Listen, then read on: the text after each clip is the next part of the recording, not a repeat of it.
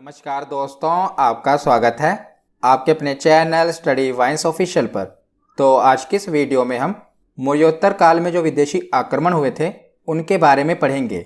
इससे पिछली वीडियो में मैंने आपको मौर्योत्तर काल के बारे में पढ़ाया था। उसमें मैंने आपको शुंग वंश, कन्नव वंश और सातवाहन वंश के बारे में पढ़ाया था और मैंने आपको बताया था कि इसी समय के दौरान कई विदेशी आक्रमण भी हुए थे। तो मैंने आपको बताया था ना कि अगली वीडियो में हम वो सभी विदेशी आक्रमण देख लेंगे।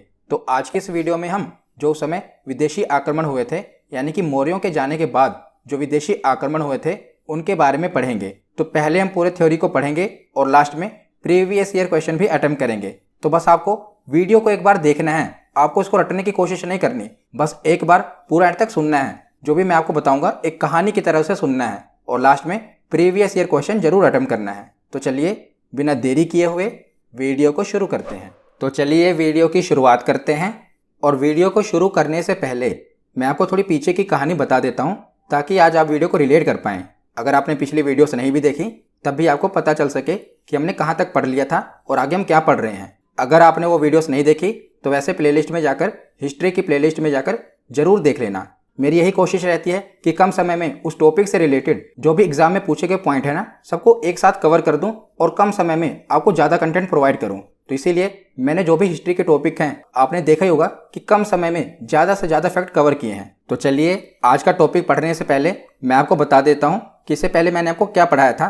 तो मैंने आपको बताया था कि ऐतिहासिक प्रमाणों से हमें पता चला है कि उस समय जो सबसे शक्तिशाली महाजनपद था वो मगध महाजनपद था और मगध महाजनपद पर 7 राजवंशों ने शासन किया था। मैंने आपको ट्रिक भी बताई थी, हसीन, माशूक, 7। हर्यक वंश ने, शिशुनाग वंश ने, फिर नंद वंश, मौर्य वंश, शुंग वंश, कन्नव वंश और सातवाहन वंश, इन 7 राजवंशों ने मगध पर शासन किया था। तो मैंने इससे पहले एक विदेशी आक्रमण आपको पढ़ाया था, वो था मौर्य वंश से पहले। तो मौर्य वंश से पहले कुछ विदेशी आक्रमण हुए थे, वो मैंने आपको पढ़ा दिए। अब मौर्य वंश के बाद जो विदेशी आक्रमण हुए थे वो आज हम देखेंगे। तो चलिए आज हम जो मौर्य वंश के बाद यानी कि शुंग वंश, कन्नव वंश और सातवाहन वंश, इनके समय में जो विदेशी आक्रमण हुए थे उन्हें हम एक ही साथ देख लेते हैं। तो चलिए अब उनके बारे में पढ़ते हैं। तो जैसा कि आपको पता ही है कि मौर्य काल के पतन के बाद मगध छोटे छोटे टुकड़ों में बट गया और कोई भी योग्य शासक नहीं रहा, जिस कारण क्या हुआ कि भारत पर कई विदेशी आक्रमणकारियों ने हमला किया। और उस समय यानी कि मौर्यों के जाने के बाद मौर्योत्तर काल में भारत पर 4 विदेशी आक्रमण हुए। मौर्योत्तर काल का मतलब क्या है, मैंने आपको पिछली वीडियो में बताया था कि मौर्य काल के बाद जो काल है उसे मौर्योत्तर काल कहा गया। तो मौर्योत्तर काल में भारत पर 4 विदेशी आक्रमण हुए थे। कौन कौन से? इन्हें ISPK से हम याद रखते हैं। आई से इंडो ग्रीक यानी कि इंडो यूनानी। इंडो यूनानी क्यों कहते हैं? क्योंकि ये यूनानी बाद में भारत में आके बस गए थे, इसीलिए इन्हें इंडो ग्रीक कहा जाता है, हिंदी यूनानी कहा जाता है। ऐसे शक वंश, उसके बाद पहलव वंश, ये पहलव वंश है। एक है पल्लव वंश, वो अलग है, यह है पहलव वंश। उसके बाद कुषाण वंश। तो इन 4 विदेशी आक्रमणकारियों ने भारत पर हमला किया। कौन कौन सा? ISPK, इंडो ग्रीक, शक वंश, पहलव वंश और कुषाण वंश। तो चलिए देखते हैं पहला आक्रमणकारी इंडो ग्रीक यानी कि हिंद यूनानी। तो मौर्योत्तर काल में जो यूनानी आए थे ये बैक्ट्रिया से आए थे। बैक्ट्रिया यानी कि एक क्षेत्र था जो कि हिंदू कुश पर्वत के पश्चिम में था। तो हिंदू कुश पर्वत के पश्चिमी क्षेत्र बैक्ट्रिया से आए थे यूनानी, इसीलिए इन्हें बैक्ट्रियास भी कहा गया। तो मौर्योत्तर काल में भारत पर आक्रमण करने वाला सबसे पहले यवन, ग्रीक या यूनानी एक ही नाम है। तो सबसे पहला यवन आक्रमणकारी कौन था? डेमेट्रियस प्रथम। अगर आपने पिछली वीडियो देखी होगी तो आपको अच्छे से रिलेट होगा। वहां पर मैंने आपको बताया था शुंग वंश का शासक था पुष्यमित्र शुंग, उसके समय आक्रमणकारी आया था डेमेट्रियस प्रथम। तो ये वही डेमेट्रियस प्रथम है जिसने पुष्यमित्र शुंग पर आक्रमण किया था। तो इसको पुष्यमित्र शुंग ने हरा दिया था। तो सबसे पहला आक्रमणकारी कौन था? डेमेट्रियस प्रथम। ये मौर्योत्तर काल की बात हो रही है। तो सबसे पहला आक्रमणकारी था मौर्योत्तर काल में डेमेट्रियस प्रथम। और बैक्ट्रिया में विद्रोह होने के कारण नए क्षेत्र की चाह में वहां का एक और शासक था यूकेटाइडस, इसने भी भारत पर आक्रमण कर दिया। अतः भारत में 2 कुलों का शासन स्थापित हुआ, एक तो डेमेट्रियस प्रथम और दूसरा यूकेटाइडस। तो 2 वंश हुए, डेमेट्रियस वंश और यूकेटाइडस वंश। मतलब कि इन दोनों ने आक्रमण किया और अपना अपना वंश स्थापित किया। तो डेमेट्रियस प्रथम ने कहां पर अपनी राजधानी बनाई? तो पाकिस्तान के सियालकोट, उस समय था साकल, वहां पर इसने अपनी राजधानी बनाई। तो डेमेट्रियस वंश का संस्थापक कौन था? डेमेट्रियस प्रथम। और दूसरा वंश है यूकेटाइड्स वंश। इसके संस्थापक कौन थे? यूकेटाइड्स। और इसकी राजधानी कौन सी थी? तो इसने तक्षशिला पर आक्रमण करके उसे अपने अधिकार में ले लिया। तो दो वंशों ने पहले आक्रमण किया, दोनों ही यूनानी थे। डेमेट्रियस ने साकल पर आक्रमण किया और उसे अपने कब्जे में ले लिया, और यूकेटाइडस ने तक्षशिला पर आक्रमण करके उसे अपने कब्जे में ले लिया। तो उसके बाद देखते हैं, तो जो डेमेट्रियस वंश की राजधानी बनी वो मैंने आपको बताया साकल, जिसे आज सियालकोट कहते हैं। और इस वंश का सबसे प्रतापी शासक कौन हुआ? मिनांडर। याद रखिएगा, इसके संस्थापक थे डेमेट्रियस प्रथम, पर जो सबसे प्रतापी शासक था वो था मिनांडर, जिसे बौद्ध साहित्यों में मिलिंद भी कहा गया है। तो मिनांडर का ही अन्य नाम है मिलिंद। तो इसने भी, यानी कि मिनांडर ने भी पुष्यमित्र शुंग पर आक्रमण किया था, परंतु ये भी हार गया था। ये मैंने पिछली वीडियो में आपको बताया था कि पुष्यमित्र शुंग पर डेमेट्रियस प्रथम और उसके बाद मिनांडर ने भी आक्रमण किया था, पर दोनों ही हार गए थे। और मिनांडर ने हारने के बाद क्या किया था? बौद्ध धर्म अपना लिया था। तो पहला यूनानी था जिसने बौद्ध धर्म अपनाया था। ये कई बार पूछा गया है कि कौन से यूनानी आक्रमणकारी ने भारत में आकर बौद्ध धर्म अपना लिया था। तो इसका नाम क्या था? मिनांडर, जिसे मिलिंद भी कहते हैं। तो इसके बारे में हमें पता कहाँ से चला है? तो बौद्ध ग्रंथ मिलिंद पन्हों से हमें पता चला है कि मिनांडर ने बौद्ध भिक्षु नागसेन के साथ वाद विवाद करने के बाद बौद्ध धर्म अपना लिया था। किससे शिक्षा ली थी? नागसेन से। और कहाँ से पता चला है? तो बौद्ध ग्रंथ मिलिंद पन्हों से पता चला है। तो डेमेट्रियस वंश के बारे में हमने पढ़ लिया। अब हम देखते हैं यूकेटाइडस वंश। तो यूकेटाइडस वंश की राजधानी तक्षशिला थी, जैसा कि हमने पीछे देखा। और इस वंश का सबसे प्रतापी शासक एंटियालकिड्स था। कौन? एंटियालकिड्स इस वंश का सबसे प्रतापी शासक था। संस्थापक कौन था? तो संस्थापक तो यूकेटाइडस था, पर जो सबसे प्रतापी शासक था वो एंटियालकिड्स था। तो एंटियालकिड्स ने क्या किया था? तो इसने शुंग शासक, उस समय शुंग शासक था भागभद्र, उसके दरबार में एक राजदूत भेजा था। राजदूत का नाम याद रखेगा, हेलियोडोरस। क्या नाम था? हेलियोडोरस। इसको भेजा था एंटियालकिड्स ने, और इसने विदिशा में आकर गरुड़ स्तंभ स्थापित किया। इसे हमें यह पता चला कि जो हेलियोडोरस था इसने भागवत धर्म ग्रहण कर लिया था। तो कई बार एग्जाम में यह भी पूछा गया है कि किस विदेशी राजदूत ने भारत में आके भागवत धर्म को ग्रहण किया। हमने पीछे पढ़ा कि जो मिनांडर था उसने कौन सा धर्म अपनाया था? उसने बौद्ध धर्म अपनाया था, और हेलियोडोरस ने भागवत धर्म अपनाया था। इसका प्रमाण हमें कहां पर मिला है? तो विदिशा में इसने गरुड़ स्तंभ बनवाया था। कौन सा? गरुड़ स्तंभ, जो कि भगवान विष्णु की सवारी है ना गरुड़, उसका स्तंभ बनवाया था। जिसे हमें यह पता चला है कि जो हेलियोडोरस है ना, इसने भारत में आके भागवत धर्म को अपना लिया था। तो ये तो हमने पढ़ा यूनानी आक्रमणकारियों के बारे में। अब हम देखते हैं कि यूनानी आक्रमणकारियों के कारण भारत पे प्रभाव क्या पड़ा। तो भारत पे क्या क्या प्रभाव पड़ा वो देख लेते हैं। तो ज्योतिष के क्षेत्र में भारतीयों ने यूनानियों से बहुत कुछ सीखा। नक्षत्रों को देखकर भविष्य बताने की कला भी भारतीयों ने यूनानियों से ही सीखी है, याद रखिएगा। और सिक्के बनाने की कला भी भारतीयों ने किससे सीखी? यूनानियों से ही सीखी है। और यूनानियों ने ही सर्वप्रथम सोने के लिखित सिक्के चलाए थे। तो सोने के लिखित सिक्के किसने चलाए थे? सर्वप्रथम यूनानियों ने ही चलवाए थे, जिन पर एक ओर राजाओं की तथा दूसरी ओर देवता तथा अन्य चिन्हों की आकृति होती थी मुद्राओं पे। और यूनानियों पर भी भारत का प्रभाव पड़ा। ये तो हमने देख लिया कि यूनानियों का भारत पर क्या प्रभाव पड़ा। अब देखते हैं कि भारतीयों का यूनानियों पर क्या प्रभाव पड़ा। तो यूनानियों पर भी भारत का प्रभाव पड़ा। कई यूनानी राजाओं ने भारतीय धर्म को अपनाया। हेलियोडोरस नामक राजदूत ने भागवत धर्म, मिनांडर ने बौद्ध धर्म अपनाया, और तपस्या व योग की क्रियाएं भी यूनानियों ने भारत से ही सीखी हैं। तो भारत ने यूनानियों को तपस्या यानी कि मेडिटेशन और योग की क्रियाएं सिखाई। तो ये तो यूनानियों ने हमसे सीखा, और हमने उनसे ज्योतिष की विद्या और नक्षत्रों को देखकर भविष्य का पता कैसे लगाया जाता है ये हमने यूनानियों से सीखा। तो यूनानी आक्रमण के बाद देखते हैं शक आक्रमण। तो यूनानियों के बाद मध्य एशिया के शकों ने भारत पर आक्रमण किया, और शक राजाओं को क्षत्रप कहा जाता था। याद रखिएगा, किनके राजाओं को क्षत्रप कहा जाता था? तो शक राजाओं को क्षत्रप कहा जाता था। और ये जो शक थे ये मध्य एशिया से आए थे, और भारत में आकर ये 5 जगहों पे यानी कि अलग अलग जगहों पर बसे थे। तो कहाँ कहाँ पर बसे थे? गांधार, तक्षशिला, मथुरा, उज्जैन और नासिक। इन 5 जगहों पर ये शक शासक आकर बसे थे।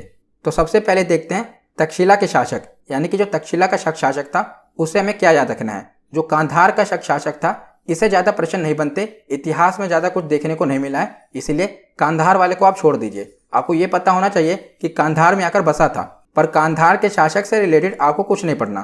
तो देखते हैं तक्षशिला के शासक के बारे में। तो इस शाखा के शासक, उसका नाम था एजिलिसेज। क्या नाम था? एजिलिसेज। इसने सिक्कों पर भारतीय देवी लक्ष्मी का चित्र अंकित करवाया था। तो जितनी बार भी एग्जाम में पूछा गया ना, इससे यही प्रश्न बना है। इसीलिए मैंने जो एग्जाम में पूछे जाते हैं ना, वही सिर्फ एग्जाम ओरिएंटेड पॉइंट ही कवर किए हैं। वैसे पढ़ने का तो बहुत कुछ है, पर जो एग्जाम में पूछा जाता है, जो भी उससे प्रश्न बनते हैं, मैंने एनालाइज करके उन्हीं को ही कवर किया है। तो जो तक्षशिला का शासक था, इससे क्या पूछा जाता है, तो इसने क्या किया था कि इसने अपनी मुद्राओं पर, सिक्कों पर भारतीय देवी लक्ष्मी का चित्र अंकित करवाया था। इसीलिए इंपॉर्टेंट है। किसने? एजलीसेज ने। यह शक शासक था। उसके बाद देखते हैं मथुरा में शक शासक। हमने देखा था ना कि 5 जगहों पर आकर बसे थे। तो देखते हैं जो मथुरा में शक शासक आकर बसा था, उससे क्या इंपॉर्टेंट है। तो 57 ईसा पूर्व उज्जैन के एक स्थानीय राजा ने मथुरा के शक शासक को पराजित कर दिया था और विक्रमादित्य की उपाधि धारण की थी। तो विक्रमादित्य एक उपाधि है जो कि राजा धारण करते थे। तो सबसे पहले उज्जैन के राजा ने ही धारण की थी, उसके बाद कई राजाओं ने विक्रमादित्य की उपाधि धारण की थी। तो 57 ईसा पूर्व उज्जैन के एक स्थानीय राजा थे, उसने मथुरा के शक शासक को पराजित कर दिया और विक्रमादित्य की उपाधि धारण की। तो इसी के उपलक्ष्य में उसने 57 ईसा पूर्व विक्रम संवत नामक कैलेंडर की शुरुआत की। यही इंपॉर्टेंट है। तो विक्रम संवत आपको पता है ना कैलेंडर के बारे में। तो इसकी शुरुआत कब हुई? 57 ईसा पूर्व हुई। क्यों हुई? मैंने आपको बता ही दिया कि उज्जैन के स्थानीय राजा थे, उसने शक को हरा दिया था। तो इसी के उपलक्ष्य में उन्होंने विक्रमादित्य की उपाधि धारण की और विक्रम संवत नामक कैलेंडर की शुरुआत की 57 ईसा पूर्व में। उसके बाद देखते हैं नासिक के शक शासक।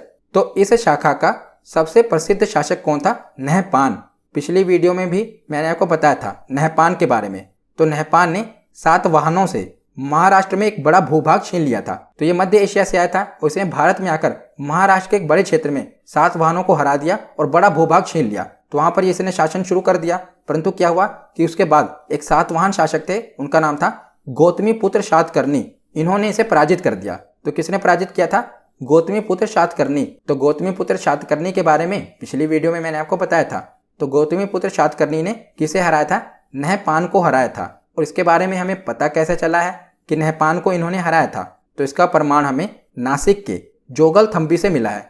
वहां पर हमें 8000 चांदी के सिक्के लगभग मिले हैं और उन चांदी के सिक्कों में यह दर्शाया गया था कि जो गौतमीपुत्र सातकर्णी हैं, उनके हाथों में तलवार है और जो नहपान है वो झुककर बैठा हुआ है। इसे यह पता चला था कि गौतमीपुत्र सातकर्णी ने नहपान को हरा दिया था। और बौद्ध ग्रंथों से भी हमें यह पता चला है कि गौतमीपुत्र सातकर्णी ने नहपान को हरा दिया था और चांदी के सिक्कों से तो ये साबित हो गया था। तो चलिए आगे देखते हैं। उसके बाद देखते हैं उज्जैन के शक शासक। तो सबसे प्रतापी शक शासक उज्जैन का रुद्रदामन था। तो जितने भी शक शासक थे उनमें सबसे प्रतापी कौन था? रुद्रदामन। रुद्रदामन की उपलब्धियों का वर्णन गुजरात के जूनागढ़ अभिलेख से देखने को मिला है। तो गुजरात से हमें मिला है जूनागढ़ अभिलेख, वहां से हमें रुद्रदामन की उपलब्धियां पता चली हैं। और ये जो अभिलेख है जूनागढ़ अभिलेख, इसकी खासियत क्या है कि ये संस्कृत भाषा में लिखा गया प्रथम अभिलेख है। तो कई बार एग्जाम में पूछा गया है कि संस्कृत भाषा में लिखा गया प्रथम अभिलेख कौन सा है? तो वो है जूनागढ़ अभिलेख, जो कि हमें गुजरात से मिला है। तो इस अभिलेख से हमें यह पता चला है कि गुजरात के सौराष्ट्र वाले हिस्से में एक झील थी, सुदर्शन झील, जिसे किसने बनवाया था? जिसे चंद्रगुप्त मौर्य ने बनाया था। तो इसे जूनागढ़ अभिलेख से हमें यह पता चला है कि चंद्रगुप्त मौर्य का शासन यानी कि उसके साम्राज्य का विस्तार गुजरात तक था। तो उसने सुदर्शन झील बनवाई थी, जिसका पुनर्निर्माण रुद्रदामन ने करवाया। ये झील तो चंद्रगुप्त मौर्य ने बनवाई थी, पर इसका जो पुनर्निर्माण था यानी कि दोबारा निर्माण करवाया था, वो रुद्रदामन ने करवाया था। ये हमें अभिलेख से पता चला है। और इस वंश का अंतिम शासक कौन हुआ? तो रुद्र सिंह तृतीय था, जिसे बाद में गुप्त शासक चंद्रगुप्त तृतीय ने पराजित कर दिया था और विक्रमादित्य की उपाधि धारण की थी। तो जो हम विक्रमादित्य के बारे में पढ़ते हैं वही चंद्रगुप्त द्वितीय हैं, पर यह विक्रमादित्य जो है एक उपाधि है जो एक राजा शक्तिशाली राजा को हराने के बाद धारण करता था। तो विक्रमादित्य क्या है? एक उपाधि है। चंद्रगुप्त तृतीय ने अंतिम शासक रुद्र सिंह तृतीय को हराया था, तब उन्होंने भी विक्रमादित्य की उपाधि धारण की थी। तो यहाँ पर हमने शक आक्रमणकारियों के बारे में भी पढ़ लिया। अब हम आगे देखते हैं। तो उसके बाद देखते हैं पहलव वंश। तो पहलव वंश से ज़्यादा कुछ खास नहीं बनता, बस आप इतना याद रख लेना कि सबसे पहले यूनानी आक्रमणकारियों ने हमला किया, दूसरे नंबर पर शक आक्रमणकारी आए, तीसरे नंबर पर पहलव वंश का शासन रहा। तो पहलव भी मध्य एशिया में ईरान से आए थे और भारत में इस वंश का प्रथम शासक मिथ्रिडेटस था। कौन? मिथ्रिडेटस। जबकि सबसे महत्वपूर्ण शासक कौन था? तो वो था गोंडोफर्नीज। ये सबसे प्रतापी शासक था पहलव वंश का। गोंडोफर्नीज ने ही तक्षशिला को अपनी राजधानी बनाया था।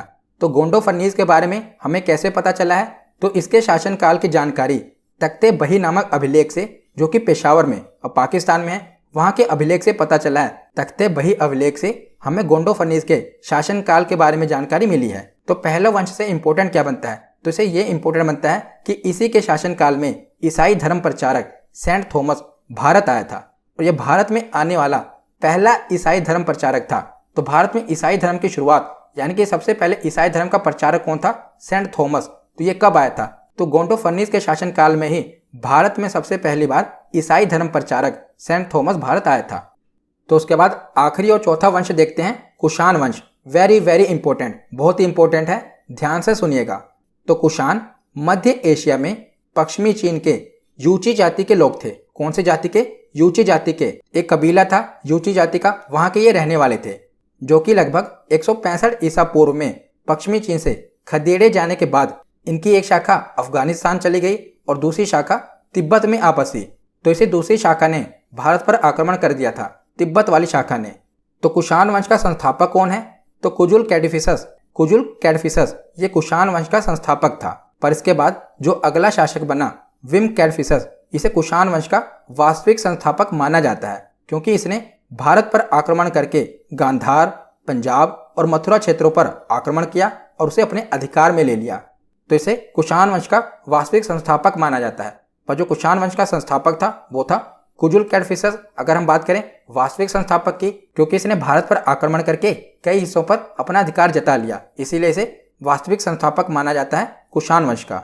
और जो विम कैडफिसस था ये शैव धर्म को मानता था। ये वेरी वेरी इंपॉर्टेंट है कि जो विम कैडफिसस था ये शैव धर्म को मानता था। इसने तांबे की मुद्रा में एक तरफ शिव, नंदी व त्रिशूल तथा दूसरी तरफ महेश्वरा शब्द अंकित करवाया था।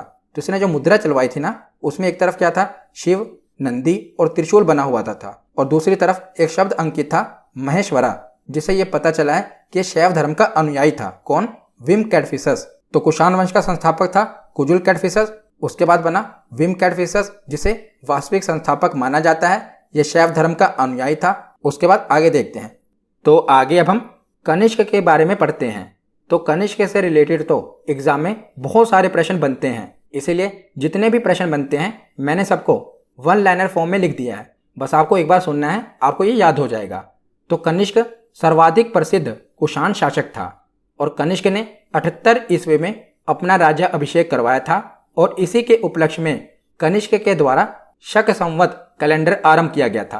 तो पीछे हमने पढ़ा था कि 57 ईसा पूर्व में विक्रम संवत नामक कैलेंडर की शुरुआत हुई, वो हमने पीछे पढ़ा था। और कनिष्क ने भी 78 ईस्वी में जब इसका राज्य अभिषेक हुआ तो इसने भी शक संवत नामक कैलेंडर की शुरुआत की थी, याद रखिएगा। और कनिष्क की राजधानी कौन सी थी, तो पुरुषपुर, जो कि वर्तमान में पेशावर पाकिस्तान में है, ये कनिष्क की राजधानी थी। और कनिष्क के समय कश्मीर के कुंडल वन में चौथी बौद्ध संगति हुई थी। तो बौद्ध धर्म पर मैंने वीडियो बनाई हुई है, वहां पर मैंने विस्तार में इस पर चर्चा की है।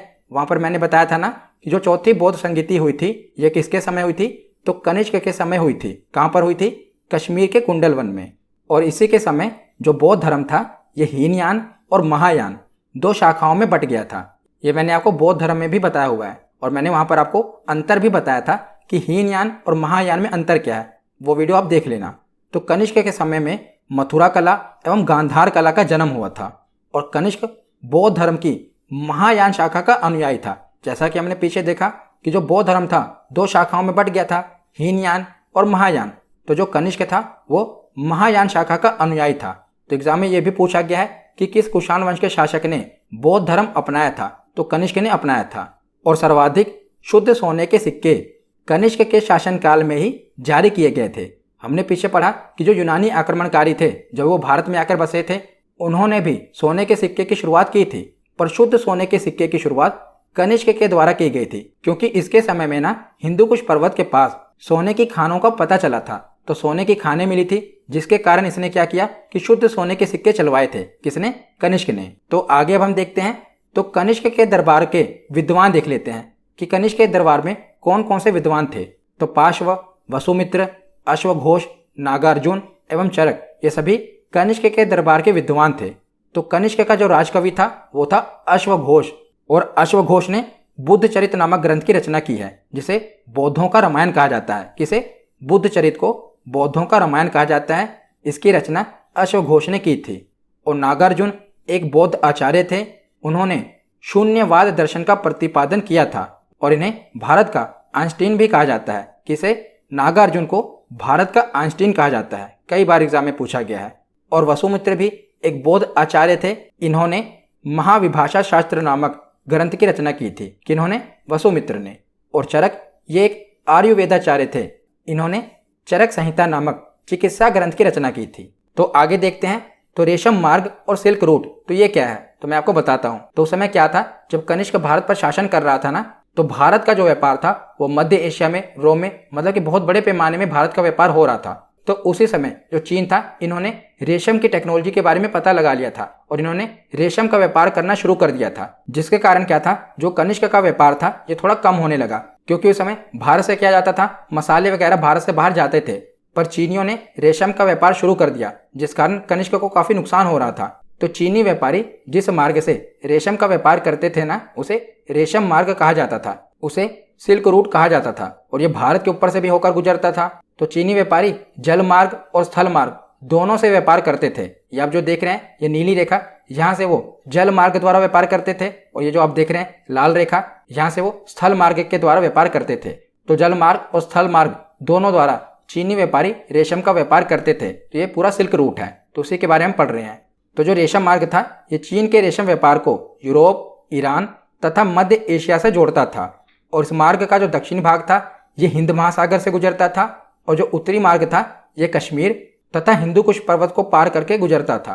तो जब कनिष्क को इस बारे में पता चला कि ये जो चीनी व्यापारी हैं, ये हमारे ऊपर से ही, यानी कि कश्मीर से होकर ही जाते हैं, व्यापार करते हैं, तो कनिष्क ने जब इनसे पूछा कि आप रेशम कैसे बनाते हैं, हमें भी बताइए, हम भी व्यापार करना चाहते हैं, तब चीनी व्यापारियों ने मना कर दिया, उन्होंने नहीं बताया। तो उस समय कनिष्क ने बहुत मारा था चीनी व्यापारियों को, और उन्होंने क्योंकि बताया नहीं, तो अच्छी तरीके से कनिष्क ने उन्हें मारा और उनसे कहा कि आज के बाद तुम अगर यहाँ से जाओगे ना, तो तुम्हें मुझे टैक्स देना पड़ेगा।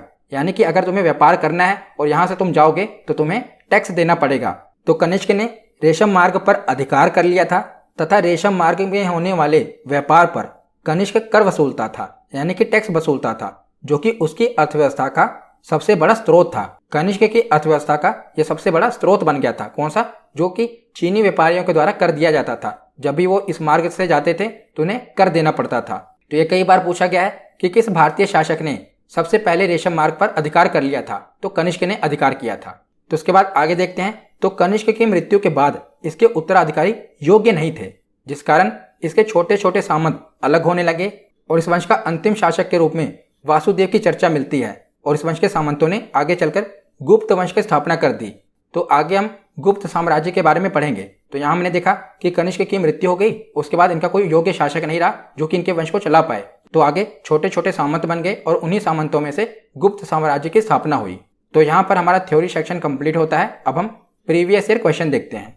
तो पहला प्रश्न है कि निम्नलिखित में से वह महानतम कुषाण नेता कौन था जो बौद्ध बन गया था? तो बताइए कौन सा कुषाण नेता था जो बौद्ध बन गया था? तो इसका सही जवाब क्या होगा? Option C, Kanishka. अगला प्रश्न है कि कनिष्क की राजधानी कौन सी थी? तो बताइए कनिष्क की राजधानी कौन सी थी? तो इसका सही जवाब क्या होगा? Option A, Purushapura. अगला प्रश्न है कि शक संवत का प्रारंभ किस सम्राट के शासनकाल में 78 ईस्वी में हुआ था? तो बताइए शक संवत की शुरुआत कब हुई थी? तो जब कनिष्क का राजा अभिषेक हुआ था तब शुरुआत हुई थी। तो ऑप्शन बी इसका सही जवाब होगा। अगला प्रश्न है कि प्राचीन भारत में निम्न में से किस एक ने नियमित रूप से सोने के सिक्के चलवाए थे? तो मैंने आपको बताया था, बताइए किसने सोने के सिक्के चलवाए थे? तो कनिष्क ने चलवाए थे। किस वंश का शासक था ये? कुषाण वंश का शासक था। ऑप्शन सी इसका सही जवाब होगा। अगला प्रश्न है कि सर्वप्रथम भारत में विशुद्ध संस्कृत भाषा में लंबा अभिलेख किस राजा द्वारा जारी किया गया? तो सबसे पहला संस्कृत अभिलेख हमें कहां पर देखने को मिला था? तो जूनागढ़ अभिलेख में देखने को मिला था, जो किसने बनवाया था? शक राजा रुद्रदामन के द्वारा यह बनवाया गया था। ऑप्शन बी इसका सही जवाब होगा। अगला प्रश्न है कि पुरुषपुर निम्नलिखित में से किसका दूसरा नाम है? तो जिसे कनिष्क ने अपनी राजधानी बनाया था पुरुषपुर, उसका वर्तमान में नाम क्या है? पेशावर। ऑप्शन सी इसका सही जवाब होगा। अगला प्रश्न है कि निम्नलिखित में से कनिष्क के समकालीन कौन थे? तो इसका सही जवाब क्या होगा? तो इसका सही जवाब है ऑप्शन बी, नागार्जुन, अशोक घोष और वसुमित्र। ये कनिष्क के दरबारी थे, उसके विद्वान थे। तो इसका सही जवाब क्या है? Option B. अगला प्रश्न है कि भारत में सर्वप्रथम स्वर्ण मुद्राएं किसके द्वारा चलाई गई? तो याद रखिएगा क्या पूछा गया है कि सर्वप्रथम स्वर्ण मुद्राएं किसके द्वारा चलवाई गई थी? तो ये इंडो बैक्टीरियन, जिसे हिंद यूनानी या इंडो ग्रीक कहा जाता है। तो ऑप्शन बी, इन्होंने ही सबसे पहले स्वर्ण मुद्राएं चलवाई थी। अगला प्रश्न है कि तक्षशिला विश्वविद्यालय स्थित था। तो तक्षशिला विश्वविद्यालय कहाँ पर स्थित था?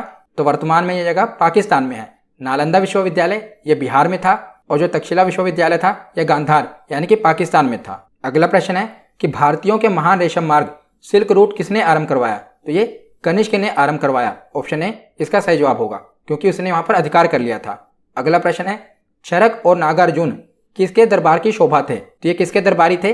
चरक और नागार्जुन, तो ये कनिष्क के दरबारी थे। ऑप्शन ए इसका सही जवाब होगा। आज का आखिरी प्रश्न है कि निम्नलिखित में से किसे भारत का आइंस्टीन कहा जाता है? तो भारत का आइंस्टीन किसे कहा जाता है? तो इसका सही जवाब होगा ऑप्शन सी, नागार्जुन को भारत का आइंस्टीन कहा जाता है। तो आज की ये वीडियो यहीं पर खत्म होती है। कैसी लगी